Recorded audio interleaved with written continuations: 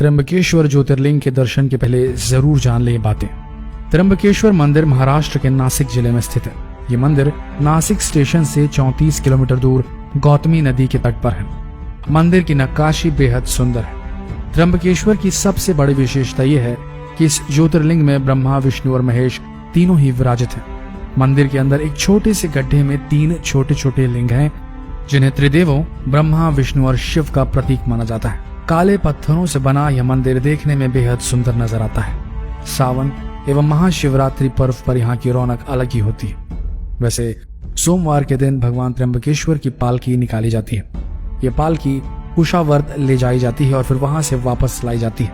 इस मंदिर में प्रवेश करने से पहले यात्री कुशावर्त कुंड में नहाते हैं। यहाँ गाय को हरा चारा खिलाना बेहद शुभ माना जाता है। इसी क्षेत्र में अहिल्या नदी गोदावरी नदी में मिलती है। कई दंपतियां इस संगम स्थल पर खास तौर पर संतान प्राप्ति की कामना करने के लिए आते हैं। आइए जानते हैं क्या क्या है त्र्यंबकेश्वर के आसपास के प्रमुख आकर्षण। पंचवटी। नासिक के पास है पंचवटी। यह भारत की दूसरी बड़ी नदी गोदावरी के तट पर स्थित है।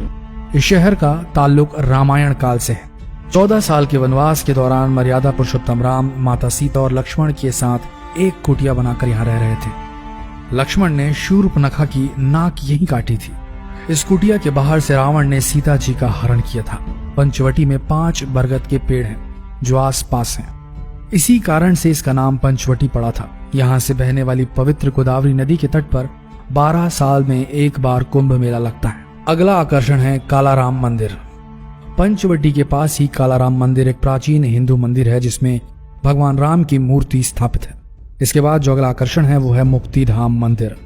मुक्तिधाम मंदिर नासिक शहर से 8 किलोमीटर दूर स्थित है। शुद्ध सफेद संगमरमर से बने इस मंदिर की वास्तुकला अद्भुत और अपरंपरागत है। इसके दीवारों पर भगवत गीता के 18 अध्याय खुदे हैं। ये मंदिर भारत में 12 ज्योतिर्लिंगों की सटीक प्रतिलिपि है। पांडवलेनी गुफाएं, इन्हें नासिक गुफाएं भी कहते हैं। त्रिवाश्मी हिल्स के पठार पर बसी पांडवलेनी गुफाएं, ये जो हैं 24 नक्काशीदार गुफाओं का एक समूह है जो बौद्ध भक्ति प्रथाओं के बदलावों को दर्शाता है। इसके बाद जो आकर्षण वहां मिलता है वो है इगतपुरी।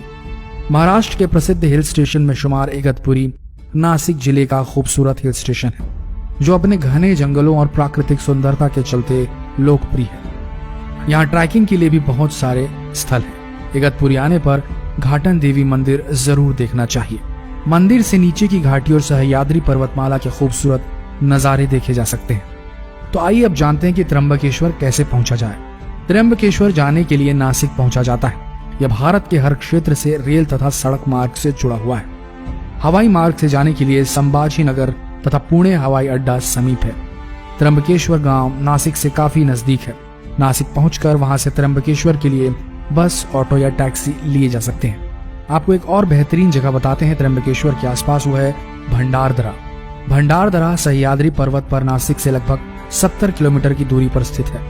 खूबसूरत झरनों, घने जंगलों, झीलों, बांधों और प्रकृति से घिरा सुंदर हिल स्टेशन है। शिव जी के 12 ज्योतिर्लिंगों में श्री त्र्यंबकेश्वर को 10वां स्थान दिया गया है।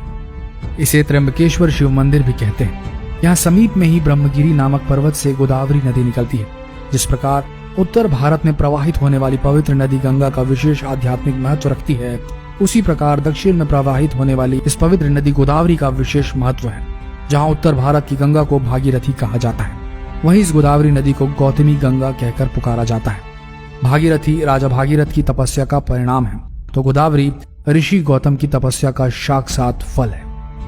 चलिए आपको सुनाते हैं त्र्यंबकेश्वर की कथा।